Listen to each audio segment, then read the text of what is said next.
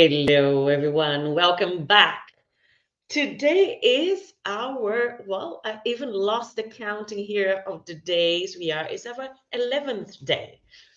And today I will be talking about bias at virtual workplaces. So, aren't virtual meetings a great challenge for most of us? This is my first question to you. So, organizing a product in effective virtual meeting is a challenge. Having the meeting participants engaged from start to the end is a challenge. Organizing the participants' interaction with each other is a challenge. Using different softwares to support those interactions is a challenge. However, despite of the good aspect that virtual meetings brought to professionals globally, such as running global events from the comfort of our home, as many say, to me, virtual meetings and presentations bring a new set of challenges with them. And now, let's discover those challenges with relation to bias in the virtual workplace, something I haven't taught before. But before we get there, let's recap some of the fundamentals here of bias, of what we have been learning here throughout these 11th days.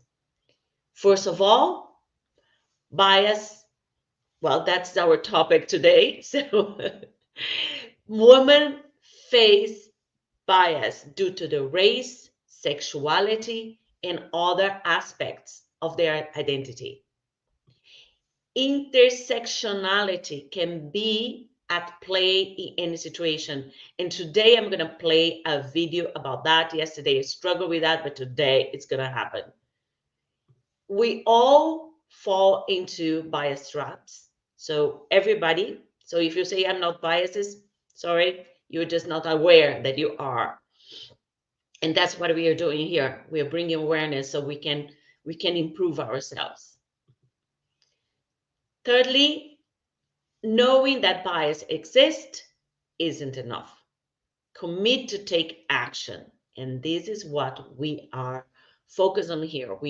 I'm presenting some of the biases. We worked on the fundamental of bias, like the most important bias women face in the workplace. So if you want to know more, go back to the videos and where I explain each of them in detail. And now we are going to be more specific to certain areas of the working environment. So now we are starting with the virtual space. So we are going to talk further about biases for managers, for hiring, for cultures, company cultures. So many more to come. But now let's get started with the video for today. And fingers crossed, it's going to work. Let's say here, it is about the intersectionality in what it affects women at work. Two quick reminders before I get started. First, people of all genders fall into bias traps, not just men. Second, knowing that unconscious bias exists isn't enough. We need to look for it and commit to take steps to counteract it.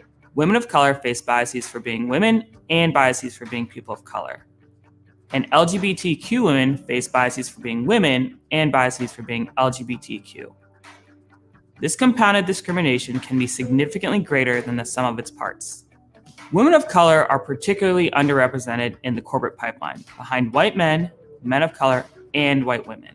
Compared to white women, women of color receive less support from managers, get less access to senior leaders, and are promoted more slowly. And Black women are particularly disadvantaged. This same dynamic holds true for LGBTQ women. Research shows that lesbians have a harder time securing employment than women more broadly. According to one study, when a woman has something on her resume that indicates she's LGBTQ, for example, volunteering for an advocacy group, she's far less likely to get a call back. Many women experience even more biases and types of discrimination. Imagine the compounding effect of being Asian, LGBTQ, and a woman, or of being Black, Muslim, an immigrant, and a woman. Not surprisingly, research shows that people with 3 or more minority identities can feel like they don't belong anywhere. It's important to note that men can also be held back by bias against their race, sexual identity, religious beliefs, age, or background. You'll see examples of double discrimination in our bias cards. The important thing is that we're all aware of the different biases people face, and we all commit to fairness and equality for everyone.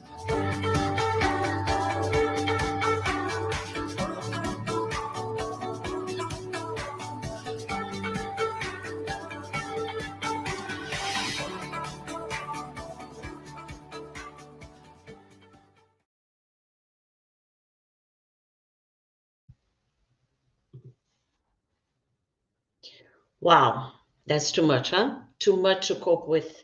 If you have all these elements, being women, being from other different genders, and having different cultures, it can always add in negatively to your profile instead of bringing the diversity instead of embracing the diversity that you bring with your own personality, your own being. So I believe this is what we have to change. So I want to start with a quick quiz here because I found this one shocking as well. Here it goes. According to Harvard University's implicit association test, what percentage of people more readily associate men with career and women with family? And when they do these studies, guys, it's not only searching men, it's not this men against women, this is everybody. Everybody. What do you think is the percentage of people who more readily associate men with career and women with family?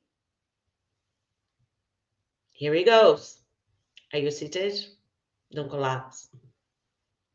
76%. 76%. I repeat again.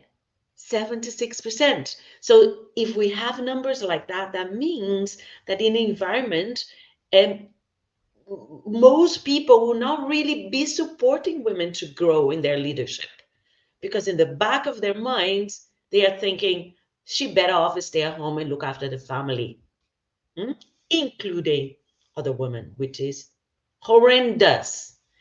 Okay, so let's start today with some real case scenarios, and I will start with meeting dynamics. Let's go for my first case of today in meetings dynamics.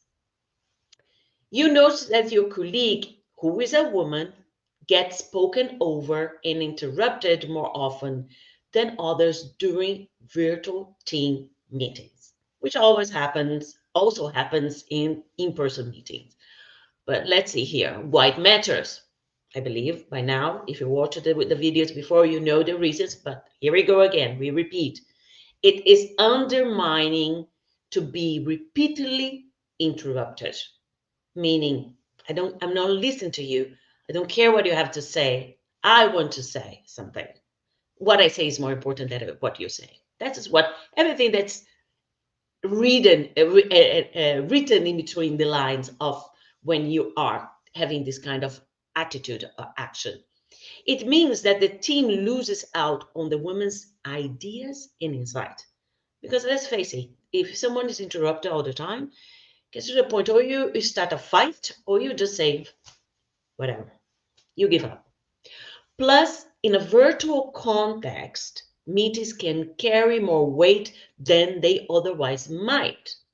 Without informal interactions in the office, virtual meetings become the central avenue for information sharing, brainstorming, and reputation building. So here you are, if you are interacting virtually all the time, you don't have the space to build your reputation, your authority, because this space is very limited. It gives some advantages. However, it will never replace the in-person relationship. So what to do in situations like this?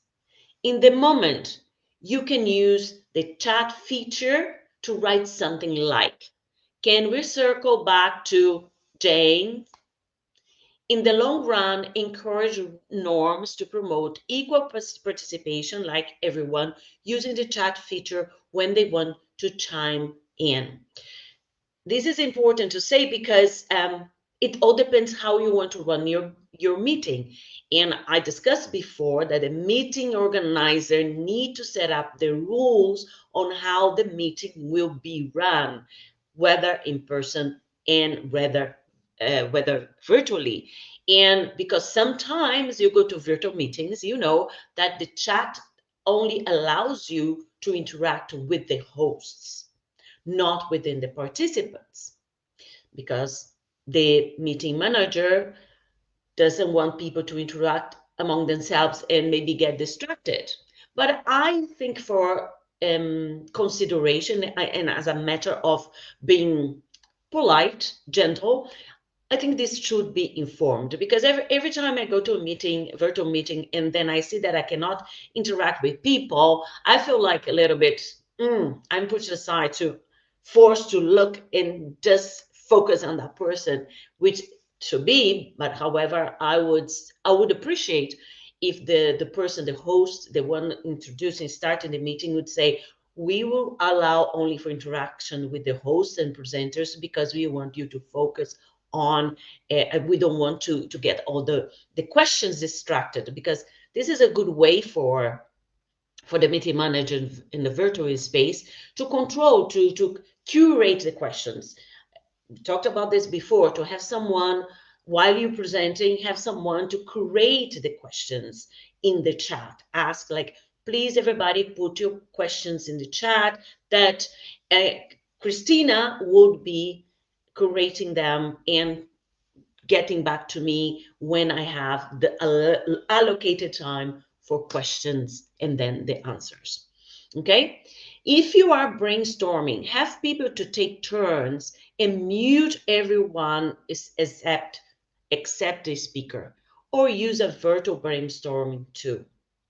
You can also use breakout rooms to create smaller groups, which are very effective if you do it properly. One study found out that women get similar amounts of airtime as men in groups of 6 or fewer, but less than men when groups of 7 or more. It's always important to locate someone in the big breakout rooms who would be leading, who would be controlling the timing. It's always good to have the timer. Everybody has an X amount of minutes to explain, to talk, and this person goes monitoring. And then one person to collect the information, to collect what was discussed and bring back to the main. So it all depends on how you plan your meeting. So this falls back into the meeting leader there. Why it happens? In general, women are interrupted far more than men, and researchers believe that this happens just as often in virtual settings, if not more. This may be rooted in a common form of bias. People often value women's contribution less highly than men. So this is something to have in mind, that is real, is not some imagination. And remember that this has everything I'm talking here with you this all these days is based in 7 year plus of research from Leaning and McKenzie and Company. So this is a serious stuff. The next case scenario, also in meeting dynamics. Your manager calls out a team member during a virtual meeting for not turning her video when she seems reluctant to do so. Okay, let's see what they say, because I have my own view on that, but I read here what is their best advice. Why it matters. Being put on spot like this can trigger anxiety and stress. If the employee has children with her, she might fear being judged as unprofessional. As bias, as a bias that can affect all parents but impact women more than men, as women are more likely to be interrupted by their children. Women are also penalized more than men for not looking well groomed or put together. This creates a particular burden for Black women who have to spend a lot of time than other women on their hair to avoid negative judgments. Never thought about that. This is because of biases, beliefs that their natural hair is unprofessional. Never thought about that. But I have something to say on this here. I personally, then this is my own personal view. I find that it's impolite to come to a meeting and not show your face. If it's a meeting with your client, this for me is a no-go. Like everybody has to show their face. The same as when you are joining a group. I have once a discussion like with a lady who wanted to join one of my groups and she didn't put a picture. And I requested her to put a picture and explain that only people with picture, not cats and dogs or landscapes, real profile pictures of themselves would be accepted. And she got upset. And my argument here is if I want to join something and be there, I have to be present. So showing my face is fundamental. So you cannot go in an in-person meeting and cover your head. So you have to show your face. And the other aspect here saying that, oh, you're not well prepared in your outfit to present to a virtual meeting. But hold on a second. When you are going to an in-person meeting, you look after your grooming. So why are you not looking after your grooming when you're virtual? So, okay, if you have the situation that you have children around and you don't have anybody to look after them while you're in a meeting, inform that in advance. Then you inform, I believe if it's a team meeting, that it's okay. You can inform your teams and say something like, hi, guys, unfortunately, I will keep myself behind the screens with my pictures and I'm muted, but I'll be here. But it's because my children will be with me today and they're noisy and I don't have anybody to look after them. So be honest. At least the meeting organizer knows. But I think in coming to a meeting and not showing your face, sorry guys, of that I don't think is the best. Show your best of professionalism and leadership, and my own opinion. And besides, there's another aspect here, and I commented this in a different occasion in the different settings, that as everything you do, you have to set your mindset. You have to prepare. So when you go, even if you're working in an office and then you have a meeting in the next room, this leaving your desk and going to that room is gives you the opportunity to set yourself for what you're going to do next. So then you grab whatever you have to grab, or you review what you have to review before getting into the meeting room, right? Because if you want to be present, participant, and contribute as a leader or a leader to be, you have to be fully present, no distractions. So my question is, why you think it should be different here in this environment? I believe we have to give yourselves the time. It's not like that I'm here doing my emails and then all of a sudden, oh, it's the time. Click. And then you remember, oh, my hair, oh, my this, oh, my that. My way of saying. Okay, what to do? In the moment, you can speak up and point out that she's present and participating, even if the team can't see her. Maybe you are other person saying, look, and Mary told us that she would be behind the scenes because she has problem with the children today. Yeah. So if you two like to leave your video from time to time, perhaps point this out.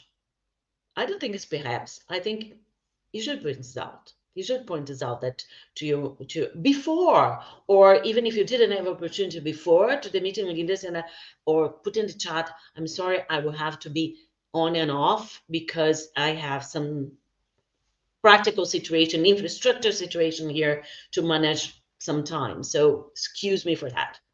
That sends the message that she isn't an outlier. That sends a message that, well, shit happens, and sometimes even if it's important for me to be here, but there's other things happening.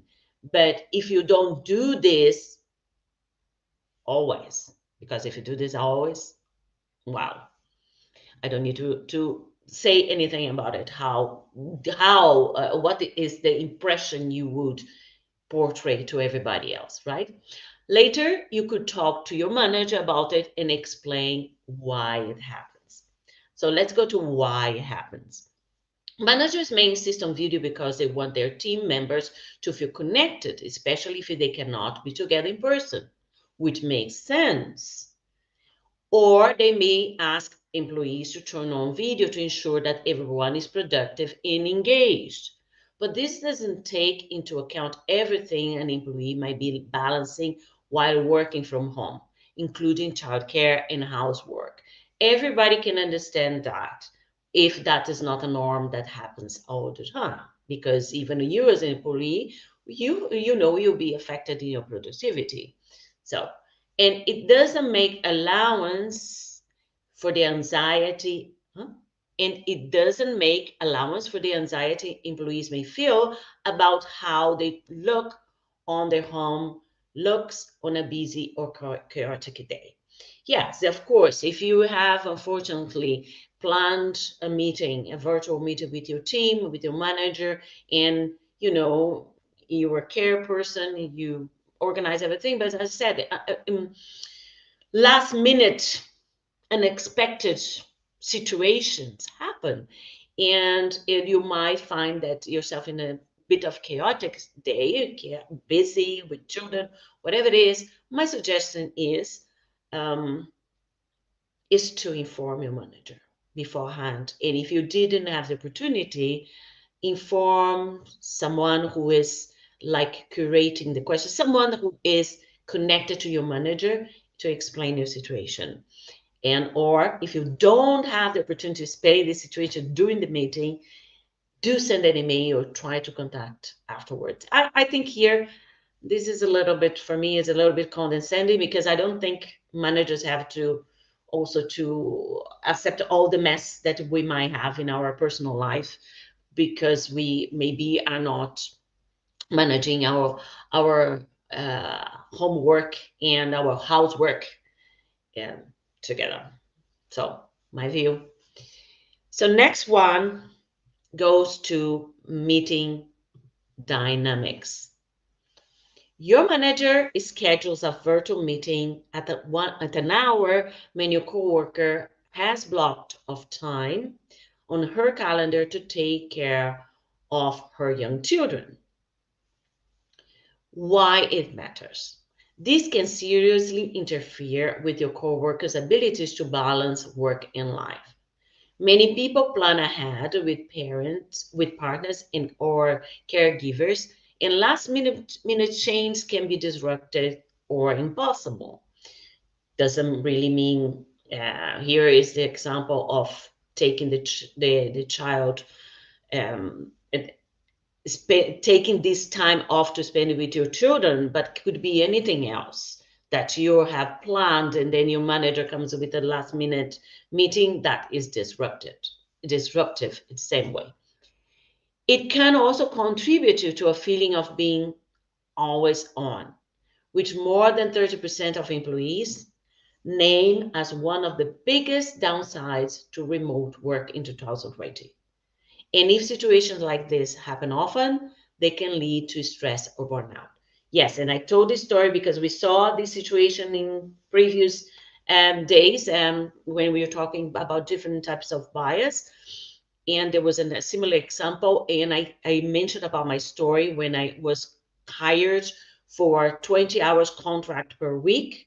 But my manager, the person who hired me, wanted me to be available 40 and then account only for 20 at the end. So I disagreed, and I said, we set a time. For me, it would be the mornings. I'll be there available in the mornings.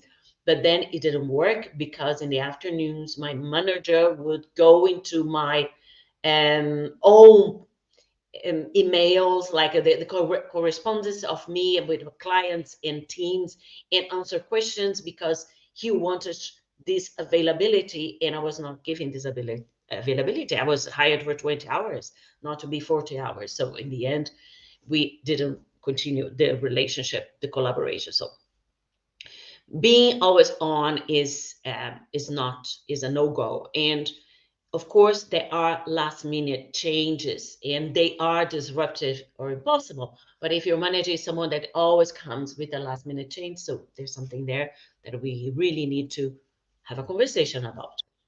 What to do? Remind your manager of your coworkers' schedule constraints and suggest an alternative time. You could also mention how blocking time like this is vital for maintaining work-life balance and explain that practices like this can help employees be more productive and feel more committed to the company. Here is I'm going to give my own impressions as well. We need to question also, do we need all these meetings that we have there in companies? Because I find that some managers, some leaders, they, for whatever thing that happens, they want to organize a meeting to discuss. And then organize meetings without a clear agenda, without a clear goal, without a clear outcome that they want to have to take from this meeting. So everybody's taking from everywhere, come to this, and it's just a waste of everybody's time.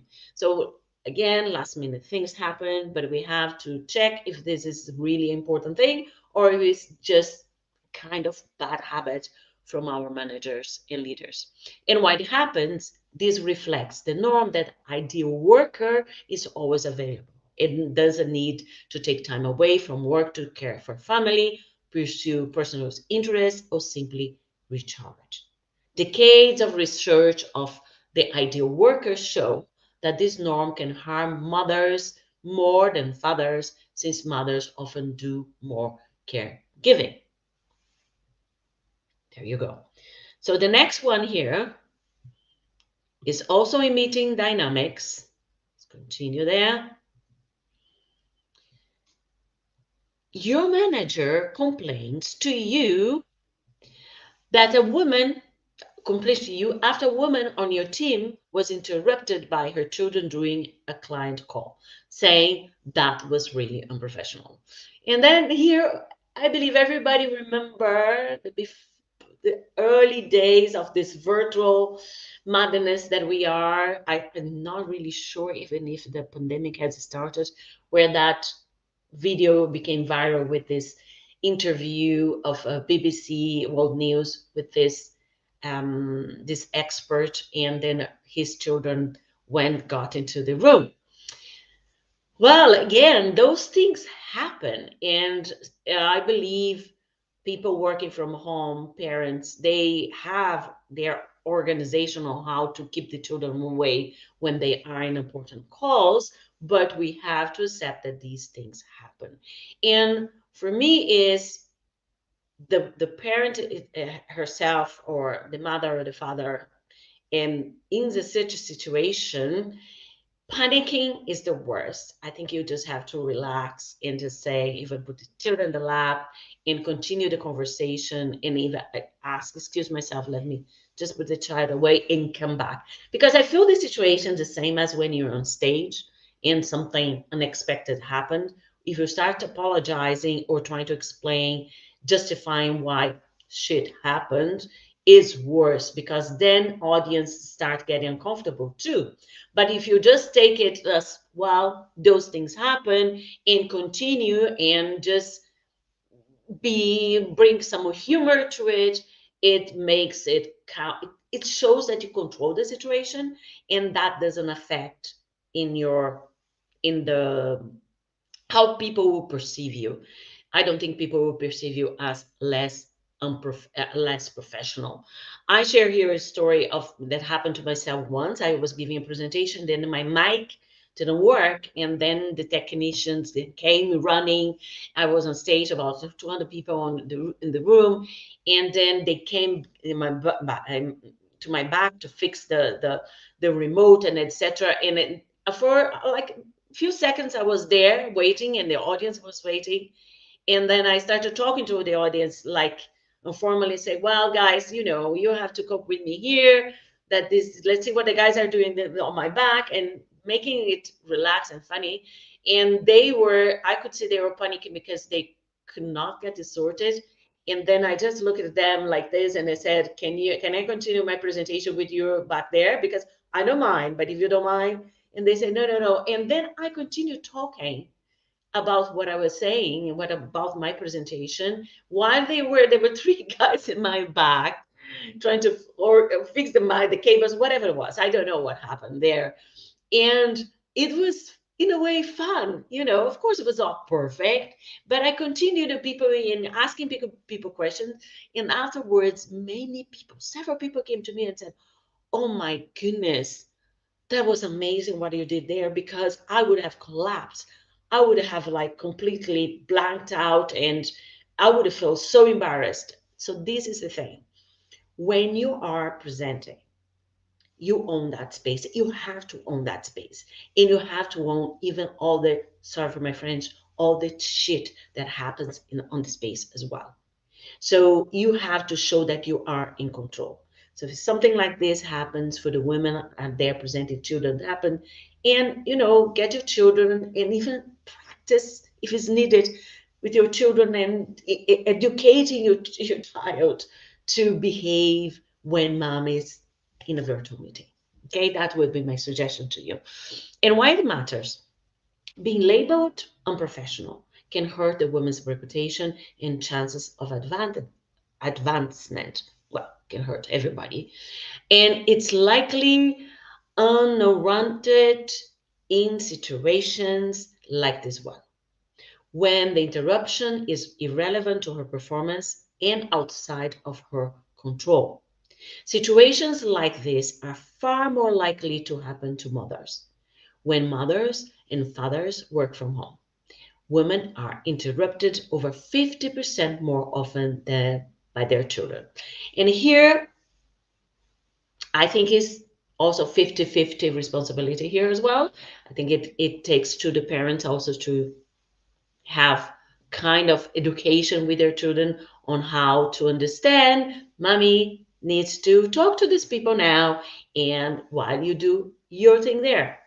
I don't know, up to you. But I think it's something that is not, we cannot just passively accept that this always happen. What to do? Remind your manager that your colleague is talented, accomplished, and doing her job very well. You could also explain that children are far more likely to interrupt mothers than fathers. Knowing this can help your manager effectively support the mothers on their team. It's Again, this is why we are talking how we can trigger, how we can fight bias using effective communication. Everything falls into communication. How you handle situation, how you if you don't know how to prevent those situations yet because they didn't happen, after they happen, sit down, like think yourself, how can I prevent this to happen again? Talk to your manager, talk to your team, and discuss certain rules, certain strategies that you are going to put into place to avoid those things happen, and making sure everybody is supported in the team, because nobody is fully exempt of unexpected situations, whether it's children, the dog, or whatever. Why it happens? Your manager judgment is liked based on norms of what it means to be an ideal worker. In the United States, the ideal worker is expected to keep work and family separate and prevent their family from interfering with the work. The comment may also be fueled by maternal bias, the false belief that women are less committed and competent than fathers and non-mothers. Virtual work can make a woman more likely to be affected by maternal bias because her children may be more visible to her employer. I was once, I was giving a presentation in Zurich, and for a group of young leaders, men and women, and I was giving some tips on how to become more, to improve their productivity, to become more efficient, and how to use the communication, etc. My stuff. And one young man asked me, bluntly. Are you, do you have children? And I said, no. And he said, well, then that's why you are telling this to us. And interesting because it was a man, young guy. And then I have to elaborate in this. It took me a second to think about it. Am I being biased here, or am I giving tips and strategies to women who are mothers they cannot put in their plate, or they cannot comply, they cannot execute? And to be very honest, no. No, everything I was talking about, because I'm aware of that. I'm aware of that. I don't have children, but I'm a tutor of someone. I have nephews and nieces, and I have friends with children. So it's not that I'm completely ignorant on the matter. But I think sometimes people also already see as a problem. They put themselves, instead of thinking, well, I have children, so I have to deal with this in a different manner than someone who doesn't. Instead of thinking, oh, I have children, so I have a problem. That's my point for you. Because once someone said to me, and people ask, do you have children? I say, no. And one thing, some people can say, oh, lucky you. I don't know why this comment where this comment comes from and what's the meaning behind. And I say, okay, why? Oh, because you can have your freedom. You don't have to worry about this and that, etc. I said, well, I made different choices in my life. If I had children, my life would be led in a different manner.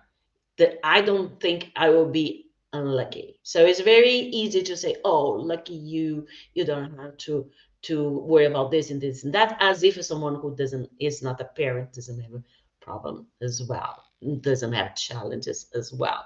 So here, there's always this two sides. It's never just one side. Okay, I agree. We are talking here about real life situations that happen that immediately affect women and mothers. But I think we always have to see the broader spectrum. Okay, so this is the way that we will really tackle all the situations in our more effectively, and can work towards improving our work environment and bringing more diversity to everywhere. So the last one for today is about also in a meeting dynamics. On a business call, your colleague who is working from home seems distracted. Afterward, your manager says, gosh, was she washing dishes or something in the background? Very nasty comment. Why it happens? The comment is disrespectful and may undermine the woman's reputation with colleagues who hear it. It can also reinforce a damaging stereotype that women can't be fully committed to work and also be focused on home and family. The stereotype can have real consequences, impact a woman's chance of promotion and other opportunities. What to do? You could try redirecting your manager, for example, by saying, it didn't sound like that to me. I could hear perfectly. You could treat the moment lightly. Maybe her husband was. You could also privately explain to your manager why it matters and why it happens. People of all genders have off days or moments when they are distracted. For women, those moments are more likely to get chalked up to splitting attention between work and domestic duties. That's because women tend to be stereotyped as more committed to and more distracted by family and housework duties than men. This bias may be even stronger when they are working at home. Okay, lot to digest here, and I want to point out that it's never black and white. And in the situations here, I always have my personal opinion, and I think is yes, bias exists, but if bias exists, also is because there's certain behavior that have been perpetuated for centuries. And to combat bias, we have to see these behaviors and really assess ourselves if we are not really doing that, behaving in a certain way. Okay? Because as much as we try, we want to combat bias at work, to fight bias at work against women. But if other women are behaving on that way, it's kind of one step forward and two or three back. Now, a summary for today: how to combat the strategies to combat biases. So the first one here for you: speak up for someone in the moment. That's for everything in life. And try to be in the moment. When the situation happens, try to raise your hand and say, I'm sorry, or not, I'm sorry, no, no, no. Forget what I said. Starting with I'm sorry is never good. And say, I have something to say, and then state what you perceived. And the second one is ask for probing question. And if you don't know what a probing question is, probing questions are a type of follow-up questions, meaning ask for the facts. They direct your conversation partner towards providing further details about something they have said. Something say that this person seems to be not so professional. Ask for the facts. And again, just said, stick to the facts. Okay? Because that is very important. We assume many things, and assumption is never the best way to go. Next one, explain how bias is in play in that moment. If you identify that this is a maternal bias, this is a performance bias, if it is a likability bias, affinity bias, well, if you don't know what I'm talking about, go back to the previous days and look into the definitions and examples. So point out that I believe you're having a kind of maternal bias here because, explain why. Advocate for policy or process change. When you see that these kind of situations are happening quite often in your meeting environment, talk to your meeting leader, to your manager, come with a suggestion. This is my great tip for you in life. Every time you spot a problem, don't bring just the problem. Bring the problem, bring the awareness to the problem, and bring your suggestions of how to solve the problem. Don't be someone just always breaking the problem. The but person, the person that everything you say, the person is a but, be a and person. You know about that, right? Now, so let's see. Let's continue tomorrow. And tomorrow I will be talking about company cultures and the biases in the company cultures. That will be very interesting. I have no idea what has come up because, as I said, I'm learning as I go. I'm learning together with you. And I hope you enjoyed today. It was longer, but it was necessary. And for the ones watching later, looking forward to see you here tomorrow for more about how we can together use effective communication skills to fight bias at work and beyond. See you tomorrow. Bye for now.